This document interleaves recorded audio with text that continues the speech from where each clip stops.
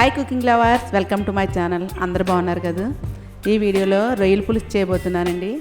మనం ఎప్పుడు రొయ్యలతోటి fry curries చేసుకుంటూ ఉంటాం. పులుసు కూడా చాలా బాగుంటుందండి. పెద్ద రొయ్యలు ఉంటాయి, అవి పులుసు పెట్టుకుంటే చాలా బాగుంటుంది. బెండకాయలు వేసి పులుసు చేయబోతున్నాను. ఈ పులుసు చాలా టేస్ట్గా ఉంటుందండి, పుల్లపుల్లగా కమ్మకమ్మగా. మరి ఎంతో టేస్ట్గా ఉండే రొయ్యల పులుసుని ఏ విధంగా చేయాలో చూసేద్దామా.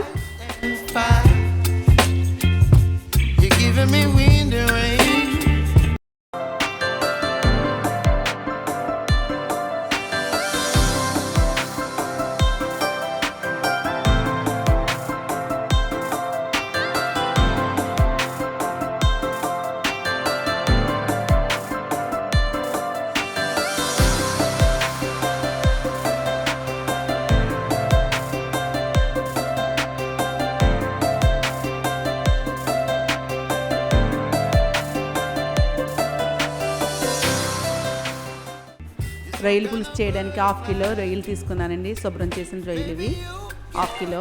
2 పెద్ద ఉల్లిపాయలు కట్ చేశాను, 4 బెండకాయలు, 4 పచ్చిమిర్చి నిలువుగా కట్ చేశాను, 2 రెమ్మల కరివేపాకు, 6 వెల్లుల్లి రేకులు, 1 ఇంచు అల్లం ముక్క, 2 టీ స్పూన్ ధనియాలు, 1 టీ స్పూన్ జీలకర్ర, సరిపడా కారం, పసుపు, సాల్టు, కొత్తిమీర, పెద్ద నిమ్మకాయ సైజు చింతపండు.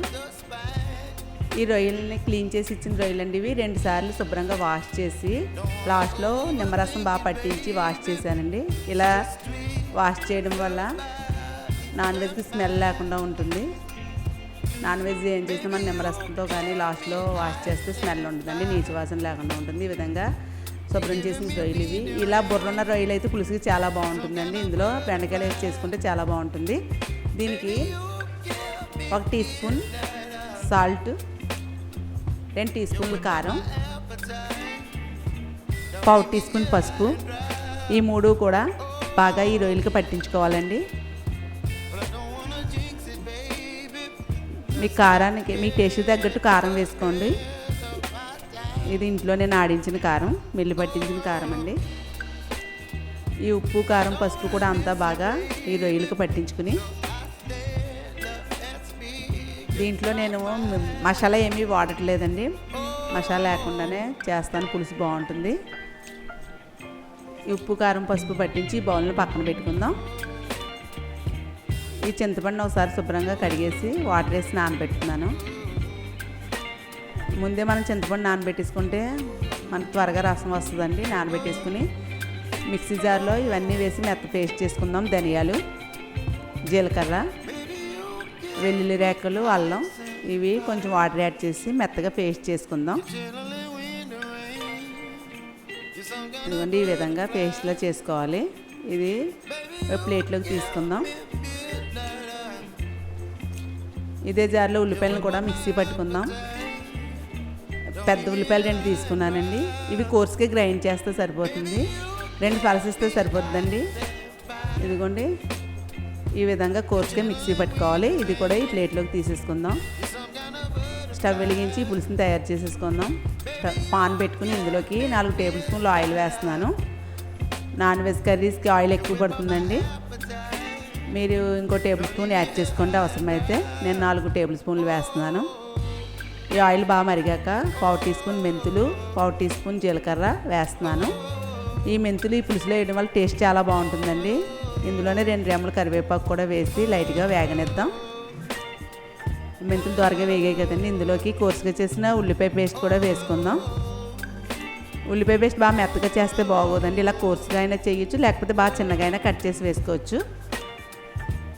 ఇది మీడియం ఫ్లేమ్లో ఈ ఉల్లి పేస్ట్ని నేను వేస్తున్నాను ఆయిల్లో. 3 నిమిషాలకి ఈ విధంగా వేగిందండి. ఇందులోకి అల్లం, వెల్లుల్లి, ధనియాలు, జీలకర్ర ఇవన్నీ కూడా మెత్తగా పేస్ట్ చేసాం కదా, ఇవి కూడా ఈ ఆయిల్లో ఫ్రై చేద్దాం. మీడియం ఫ్లేమ్లో ఫ్రై చేశాను. ఇవి కూడా ఇందులోకి పచ్చిమిర్చి వేసుకుని బాగా కలుపుకుందాం.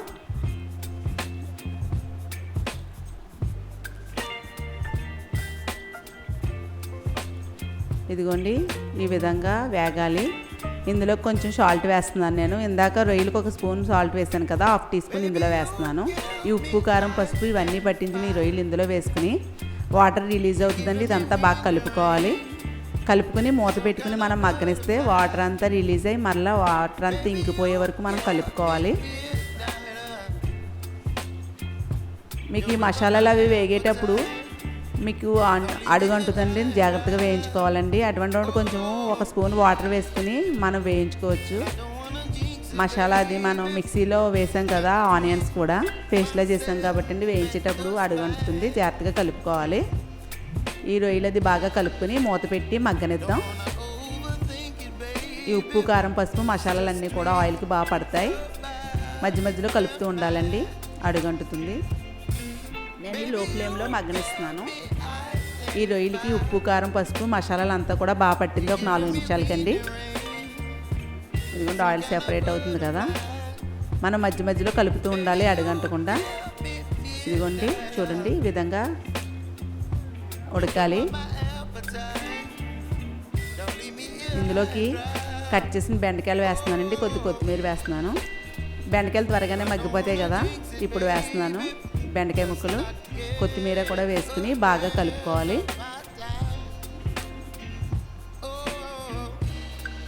బాగా కలిపి చింతపండు రసం తీసానండి, చక్కగా ఒక కప్పుతో వచ్చిందండి చింతపండు రసం చిక్కడిది. మసాలా వాటర్ కొంచెం చింతపండు రసం కూడా ఇంకో కప్పు, 2 కప్పులు పూర్తిగా పట్టిందండి. ఇందులోకి బాగా కలుపుకొని కొంచెం దగ్గర పడే వరకు ఈ పులుసుని మరగనివ్వాలి. ఈ పులుసు బాగా చిక్కగా ఉన్నా బాగోదు, బాగా పలుచగా ఉన్నా బాగోదు, ఈ విధంగా ఉండాలి. ఇంకా కొంచెం దగ్గర పడే వరకు ఈ పులుసుని మరగనిద్దాం. రొయ్యలు చాలా వరకు కుక్ అయ్యాయి కదండి, ఇంకా కొంచెం ఈ పులుసు మరగడంలో బాగా కుక్ అవుతాయి మిగిలినది. మూత పెట్టి మీడియం ఫ్లేమ్లో ఈ పులుసుని దగ్గరికి మరగనిద్దామండి. 3 నిమిషాలకి చూడండి ఈ విధంగా దగ్గర పడింది పులుసు. ఇందులోకి చిన్నగా కట్ చేసిన కొత్తిమీర వేసుకుని ఒకసారి బాగా కలుపుకొని టేస్ట్ చూడండి. ఉప్పు కారం పులుపు సరిపోయిందో లేదో చూసుకుని, ఉప్పు ఏమైనా తక్కువైతే ఉప్పుని యాడ్ చేయండి. అలాగే చింతపండు పులుపు ఏమైనా ఎక్కువైతే కొంచెం వాటర్ యాడ్ చేసుకోవచ్చు. నాకైతే ఉప్పు కారం చింతపండు పులుపు అంతా కూడా కరెక్ట్గా సరిపోయిందండి. అంతేనండి, చాలా ఈజీగా చేసేసుకోవచ్చు ఈ రొయ్యల పులుసు. దీంట్లో నేను మసాలా ఏమీ యూజ్ చేయలేదు, చాలా టేస్ట్గా ఉంటుంది. ఫిష్ పులుసు లాగా ఉంటుందండి, 2 రోజులు నిల్వ కూడా ఉంటుంది. అంతేండి, స్టవ్ ఆఫ్ చేసేసుకుని కాసేపటికి ఇంకా ఈ పులుసు చిక్కబడుతుందండి. చూడండి ఇంకా చిక్కబడింది కదా ఈ పులుసు. ఈ బెండకాయలు వేసి చేయడంలో ఈ రొయ్యల పులుసు చాలా బాగుంటుందండి. పెద్ద రొయ్యలకి బుర్రలు ఉంటాయి కదా, ఇవైతే పులుసుకి చాలా సూపర్ ఉంటుంది. మీరు కూడా ఈ విధంగా ఈ రొయ్యల పులుసు చేయండి. ఈ వీడియో నచ్చితే లైక్ చేయండి. ఈ రొయ్యల పులుసు చేసి ఏ విధంగా వచ్చిందో కామెంట్ చేయండి. ఇది వేడివేడిగా తిన్నా బాగుంటుంది, మరుసటి రోజు తిన్నా కూడా చాలా బాగుంటుందండి. పుల్ల పుల్లగా కమ్మగా చాలా బాగుంటుంది. ఈ విధంగా చేస్తే మీరు ఎప్పుడూ రొయ్యల పులుసే పెడతారు. ఈ వీడియో నచ్చితే మీ ఫ్రెండ్స్కి రిలేటివ్స్కి షేర్ చేయండి. మరిన్ని వీడియోల కోసం నా ఛానల్ సబ్స్క్రైబ్ చేయండి, బెల్ ఐకాన్ యాక్టివేట్ చేయండి. నెక్స్ట్ వీడియోలో కలుసుకుందాం.